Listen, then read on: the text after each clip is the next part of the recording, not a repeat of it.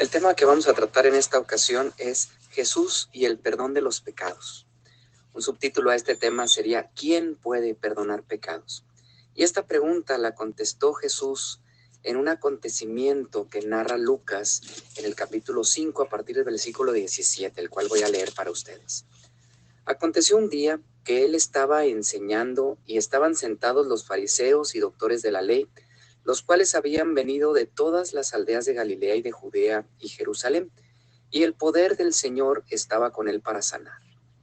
Y sucedió que unos hombres que traían en un lecho a un hombre que estaba paralítico, procuraban llevarle adentro y ponerle delante de él, pero no hallando cómo hacerlo a causa de la multitud, subieron encima de la casa y por el tejado le bajaron con el lecho, poniéndole en medio delante de Jesús. Al ver él la fe de ellos, le dijo: hombre, tus pecados te son perdonados. Entonces los escribas y los fariseos comenzaron a cavilar diciendo: ¿quién es este que habla blasfemias? ¿Quién puede perdonar pecados sino solo Dios? Jesús entonces, conociendo los pensamientos de ellos, respondiendo, les dijo: ¿qué caviláis en vuestros corazones? ¿Qué es más fácil decir: tus pecados te son perdonados? ¿O decir: levántate y anda? Pues para que sepáis que el Hijo del Hombre tiene potestad en la tierra para perdonar pecados, dijo al paralítico: a ti te digo, levántate, toma tu lecho y vete a tu casa. Al instante, levantándose en presencia de ellos y tomando el lecho en que estaba acostado, se fue a su casa glorificando a Dios, y todos, sobrecogidos de asombro, glorificaban a Dios y llenos de temor decían: hoy hemos visto maravillas. Analicemos por lo menos 3 grupos de personajes que intervienen en esta historia.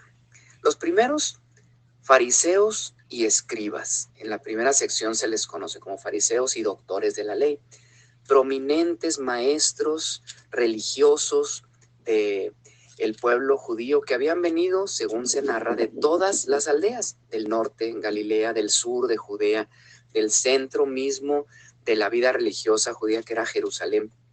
Pero podemos advertir, como leeremos en el resto de los evangelios, que no venían con una intención positiva de aprender del maestro.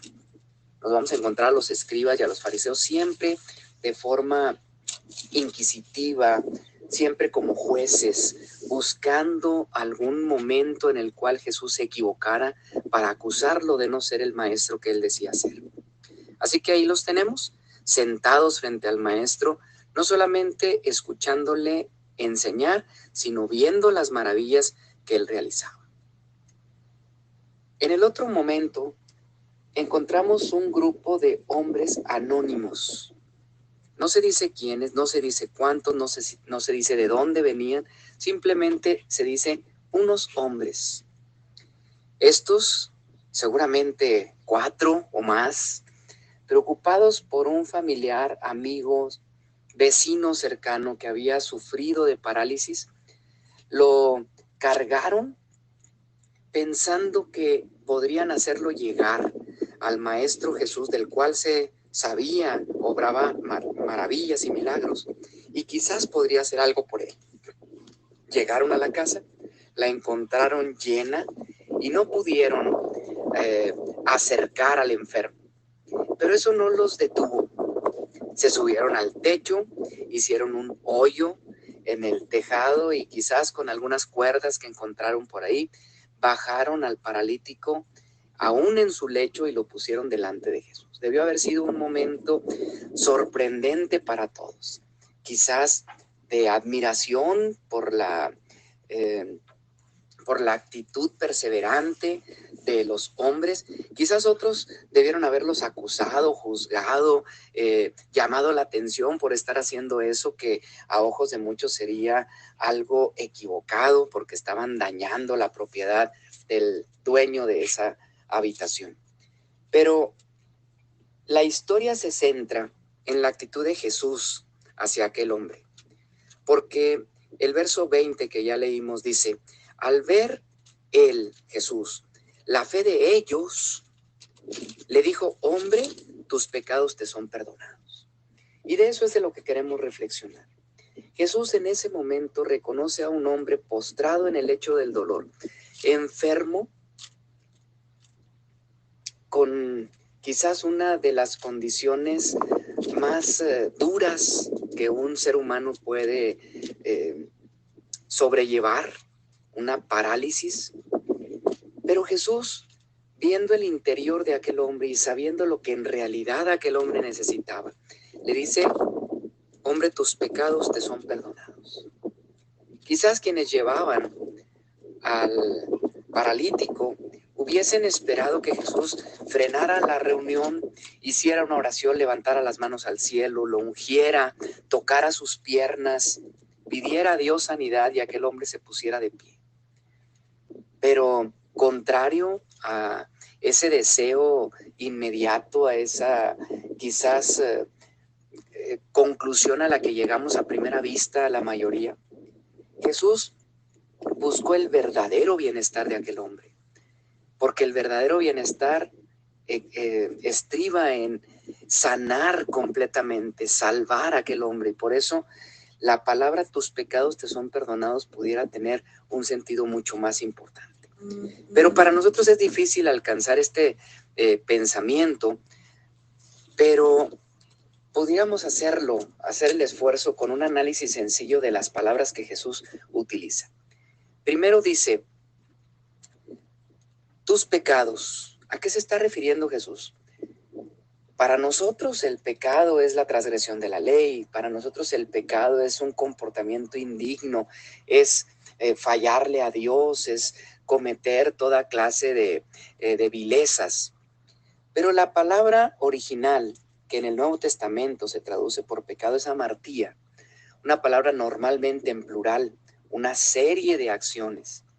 Pero el término correcto podría precisarse en la acción de aquel que ha mirado en alguna dirección y se ha perdido en el camino. Amartía significa errar el blanco, haber apuntado, y pecado significa haber perdido el rumbo, haberse descaminado del propósito original y haberse extraviado. Involucra quizás culpa, también puede ser hablada aquí cierta maldad, pero en realidad a lo que se refiere la amartía es al extravío.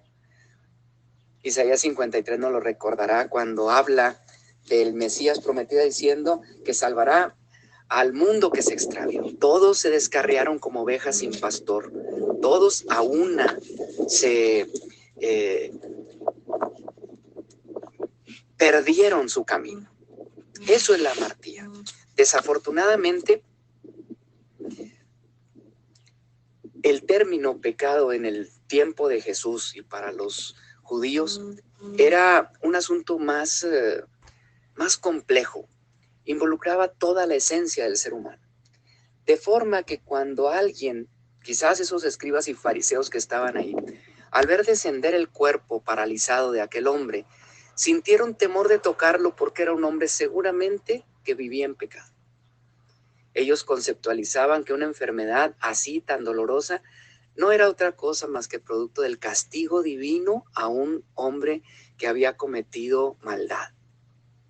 Así que el paralítico no solo había sufrido su enfermedad, había sufrido el estigma, el rechazo, el juicio de todos quienes le rodeaban por pensar si él había pecado o quizás alguien en su familia había pecado a tal grado, en tal extremo que esta persona estaba paralizada. Jesús sabe que la manera de liberar a aquel hombre era perdonar su pecado, hacerle ver que su rumbo no se había perdido del todo, o que si se había perdido en alguna ocasión, hoy podía retomar el rumbo y lograr que su vida llegara al punto para la cual fue prevista, fue planificada. Perdón es la otra palabra clave. Y la palabra que se traduce por perdón en el griego en el que se escribe el Nuevo Testamento significa sacar desde adentro y llevarlo lejos, liberar, soltar. Seguramente aquel hombre estaba no solamente postrado sobre el lecho, estaba encadenado a ese lecho. No podía separarse, estaba amarrado a eso, a esa condición física que, como dije hace un momento, se relacionaba quizás también con una situación espiritual. Lo que está diciéndole Jesús es: te estoy liberando de todo eso que te aprisiona, de todo eso que te mantiene atado. Quiero sacarlo desde dentro de ti, la culpa, el dolor, quizás, ¿por qué no?, el sentimiento de autocompasión. Quiero quitarlo de ti y mandarlo lejos.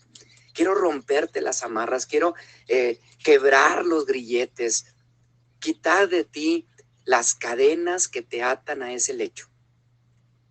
Así que cuando el hombre escuchó eso, seguramente sintió un alivio mayor que el que podría haber traído su sanidad física. Pero entonces los escribas y fariseos comenzaron a cavilar diciendo: ¿quién es este que habla blasfemias? Porque recuerden que lo que estamos tratando de analizar es quién es capaz, quién puede perdonar pecados. Y los fariseos y escribas seguramente les asistía la razón por su mucho conocimiento de que solo Dios puede perdonar pecados. Y ahí veían a un hombre sencillo, a un nazareno, rabí, diciendo que le perdonaba los pecados a aquel hombre. Blasfemias, dice. Lo decían desde dentro de su corazón. Así que Jesús, conociendo, les pregunta: ¿qué caviláis en vuestros corazones? ¿Qué es más fácil decir? ¿Tus pecados te son perdonados? O decirle: levántate y anda. Y entonces Jesús lo que va a tratar de decirles es: el poder para perdonar pecados se puede demostrar en este momento. Pero hago una pausa para decir: solo Dios puede perdonar pecados. En eso tenían razón los fariseos. Solo Dios puede, en el sentido de autoridad. Solo Él tiene la autoridad, tiene la posición divina y perfecta para perdonar pecados. Pero también solo Él tiene la potestad, la capacidad de limpiarnos de pecado. Así que en la respuesta solo Dios, los fariseos les asistía la razón. Pero ahora Jesús lo que les va a decir es: para que vean que yo tengo esa potestad, para que vean que Dios me ha conferido esa autoridad a mí, para que vean que yo tengo la capacidad de decirle a este hombre que puedo liberarlo de su opresión. Entonces, mira al hombre y le dice: a ti te digo, levántate, toma tu lecho y vete a tu casa. 3 acciones en una frase, 3 acciones muy significativas. Hace unos momentos Jesús le ha liberado con las palabras: tus pecados te son perdonados. Pero ahora la demostración de que Jesús tiene la capacidad de perdonar pecados estará en estas 3 acciones posteriores que le pide al hombre hacer. Levántate. Si ya te liberé, si ya te di la capacidad de que lo que te tenía atado ya no te mantenga en ese lecho, ahora te pido que tú hagas el esfuerzo de levantarte. Y Jesús le da la fuerza para que él pueda ponerse de pie. Y seguramente el hombre lo hace en ese momento. Segunda indicación: toma tu lecho. Esa camilla quizás que estaba tejida y en la cual él había estado postrado hacía mucho tiempo, es la señal y el símbolo de todo aquello que lo oprimió. Es todo aquello que lo mantuvo detenido, limitado. Y ahora lo que está diciéndole Jesús: ahora te pido que tú tomes esa camilla, que la pongas debajo de tu brazo, que la cargues tú, para que tú veas que ahora ella no tiene el control sobre ti, sino tú tienes el control sobre ella. Y vete. Esas fueron las 3 indicaciones. Vete a tu casa, es la última acción que Jesús le pide. Hagamos una serie de reflexiones en este momento. La primera: ¿quién puede perdonar pecados? Dios. ¿A quién se le puede perdonar pecados? A quien Dios quiera. Y en este momento, quizás la pregunta tendría que ser personalizada a cada uno de nosotros. ¿Quién podría perdonar mis pecados?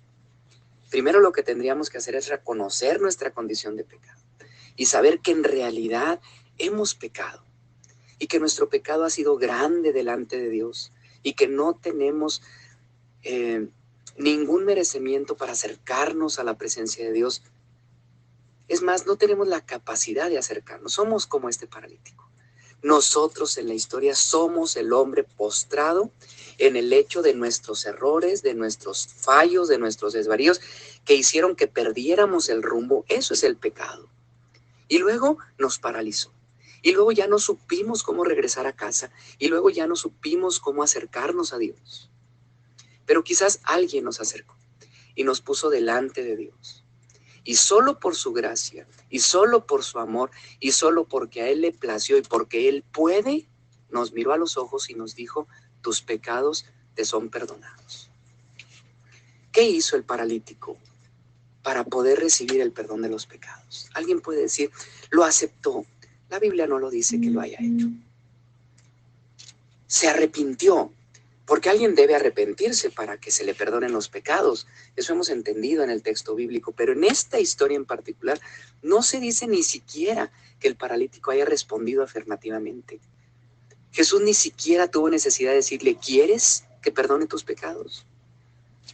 Jesús no le condicionó a decir, debes confesar en este momento tus pecados y hacer una oración para que si tienes un corazón arrepentido, entonces yo te perdone. Jesús no le condicionó ni siquiera la fe, porque la frase más impresionante de este relato es que dice que si la fe es necesaria, en esta ocasión la fe no la puso el paralítico, la fe la pusieron aquellos hombres incógnitos que lo pusieron delante del maestro, y viendo la fe de ellos, entonces Jesús perdonó sus pecados. ¿Qué hemos hecho tú y yo para recibir el perdón de pecados, mi hermano? ¿Qué debemos hacer? Lo que hoy me gustaría decirte es que quizás no hemos hecho nada, pero a la luz de este pasaje nos da la esperanza de decir, no necesitamos hacer nada, sino solamente ser depositarios de la gracia inconmensurable de un Dios amoroso que puede y que quiere perdonarnos. De un Jesús que se acerca y nos ve rostro a rostro y nos dice, hombre, tus pecados te son perdonados. Te estoy liberando de todos los errores cometidos. Te estoy poniendo de nuevo en el rumbo, en el camino correcto. Olvido los fallos que tuviste para que ahora tú tengas la posibilidad de encaminar tu vida sin las ataduras, sin los amarras, sin aquello que te limite. Te estoy dando la oportunidad de caminar tu vida por el camino correcto. Pero para que tengas la seguridad de que Él puede hacerlo, a ti te digo, escuchémoslo, levántate, toma tu lecho y vete a tu casa. Ahora lo que tú y yo debemos hacer es saber que el Señor nos ha perdonado, que ya nada nos ata a nuestros errores, que ya no tenemos que estar en la autocompasión, acostados pensando que no podemos lograrlo. El Señor ya nos liberó. Ahora lo que corresponde es que nos pongamos de pie, que hagamos nuestro esfuerzo y reafirmemos el camino y empecemos a enderezar el rumbo de nuestras vidas. Que seamos capaces de tomar nuestro lecho, que nos hagamos responsables ahora de nuestras acciones y que digamos todo aquello a lo cual nosotros culpabilizábamos, todo aquello que eran nuestros pretextos, todo aquello que servía de excusa, ya no existe. Ese lecho lo tenemos que tomar nosotros en nuestro control, levantarnos, tomar el lecho y finalmente, lo más sorprendente de esta historia es que Jesús le dice, vete.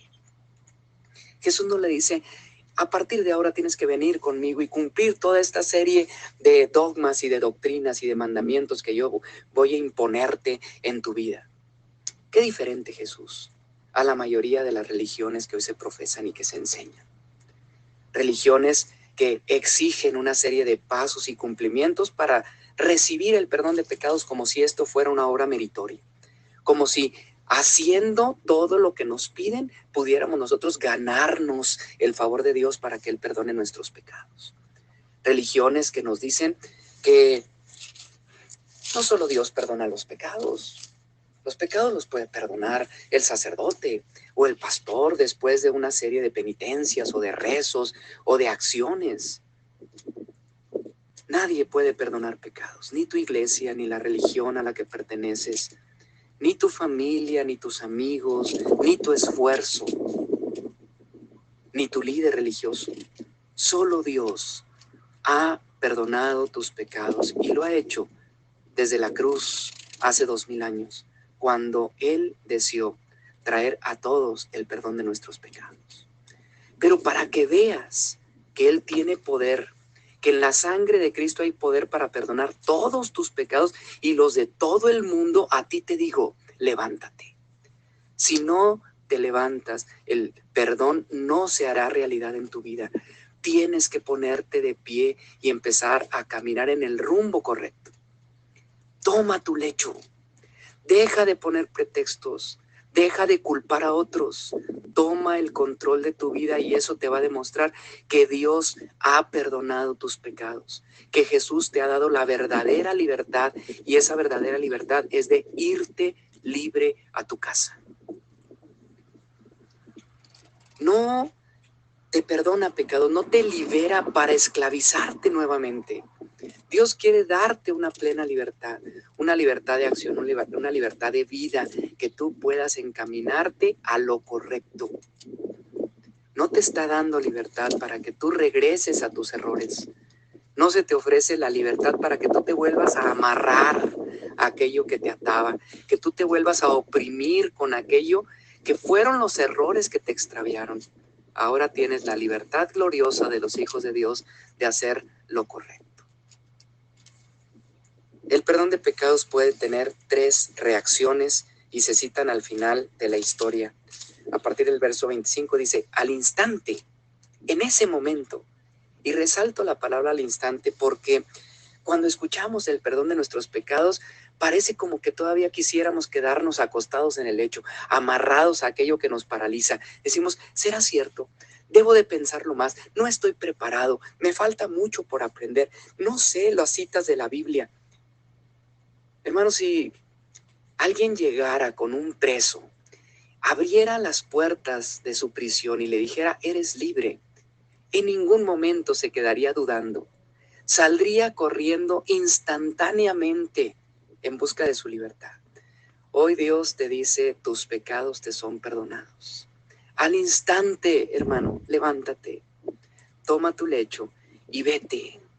Libérate de todo aquello que te detiene. Al instante, levantándose en presencia de ellos y tomando el lecho en que estaba acostado, se fue a su casa glorificando a Dios. Primera reacción al perdón de pecados, glorificar a Dios. Dios es el único que merece la gloria, la alabanza, el reconocimiento de que por la acción de Jesús en la cruz, nosotros hoy podemos tener la libertad del perdón de los pecados. Verso 26, y todos, sobrecogidos de asombro, glorificaban a Dios. Nosotros podemos ser testigos de la libertad de otros y tenemos también que formar parte de esta alegría de cómo Dios puede perdonar el pecado de otros. Y no condenarnos, y no levantar un dedo que enjuicie diciendo, Él no lo merece, Él no es capaz. Ninguno lo sería. Glorifiquemos la gracia de Dios. Y llenos de temor, otra característica, llenos de temor, decían, hoy hemos visto maravillas. Seguramente algunos escribas y fariseos se quedaron cavilando en su corazón sin entender el mensaje, enjuiciando a aquel hombre que decía blasfemias según lo que ellos interpretaban. Quizás se llenaron de temor de estar enjuiciando lo desconocido. Quizás llegaron a malas conclusiones, igual que nosotros podemos llegar ante el perdón de los pecados. No nos quedemos en el juicio, no nos quedemos en un análisis estéril de quién merece y quién no merece. Seguramente la respuesta es muy simple.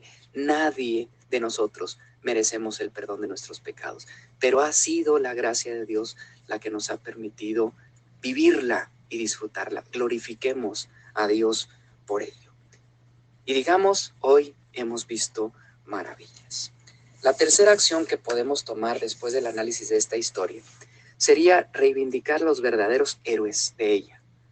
Y los verdaderos héroes fueron aquellos hombres sin nombre, sin dirección, sin un reconocimiento más que el que cita Lucas diciendo, esos hombres llevaron al paralítico. Mi hermano, tú y yo fuimos perdonados de nuestros pecados hace muchos años. Fuimos llamados por el Señor al servicio del Evangelio. Y somos testigos de muchos que, como nosotros, hoy están en el lecho de la parálisis, en las acciones que los han detenido y no les permiten, les impiden acercarse al Maestro. Nosotros sabemos que en el Maestro hay sanidad y salvación y perdón de pecados. Hoy te invito a que con ese mismo arrojo, con la valentía, con el coraje necesario, regresemos y llevemos en hombros, carguemos a aquellos que no pueden por propio pie acercarse a Jesús. Y lo podemos hacer de muchas maneras, quizás invitándoles, quizás trayéndoles, pero seguramente encontraremos muchas dificultades. La casa estaba llena y no había manera de acercar al hombre, pero eso no los detuvo, se subieron al techo, hicieron incluso acciones que pudieron ser condenables, rompieron el techo y lo bajaron para que estuviera en presencia de Jesús. Alguien debió haberles dicho, bájense, están destruyendo propiedad. Pero aquellos hombres solamente tenían en mente lo que era verdaderamente importante, la sanidad, la salud, el perdón de pecados de aquel hombre. No sé qué acciones tendremos que tomar, pero tomemos aquellas, las radicales, aquellas que nos harían parecernos a nuestro Maestro. Porque Jesús no hizo lo religiosamente correcto. Por alcanzar el perdón de los pecados se acercó a la mujer samaritana. Un hombre no podía hablar con una mujer y Jesús lo hizo a pleno mediodía. Los judíos no se hablan con los samaritanos, pero Jesús fue al encuentro de aquella mujer adúltera y habló con ella y fue la primera a la cual le dijo, yo soy el Mesías. Jesús subió a la cruz y por nosotros se hizo pecado. El que no cometió ningún pecado, no estimó que morir clavado en un madero era ignominioso, era la muerte que solo merecían los peores criminales. Y él subió a la cruz, asumiendo ese pecado. Y es más, cargando sobre sí el pecado de todos, para que nosotros alcanzáramos por su gracia el perdón de los nuestros. A ti te digo, hermano, nuestros pecados han sido perdonados. Glorifiquemos al Señor y lo haremos levantándonos firmemente, encaminando nuestra vida por el rumbo correcto, tomando nuestro lecho, quitando los pretextos, asumiendo el control de nuestras acciones y viviendo una vida de verdadera libertad, la libertad gloriosa de los hijos de Dios que hacen la voluntad de su Padre. Dios te bendiga.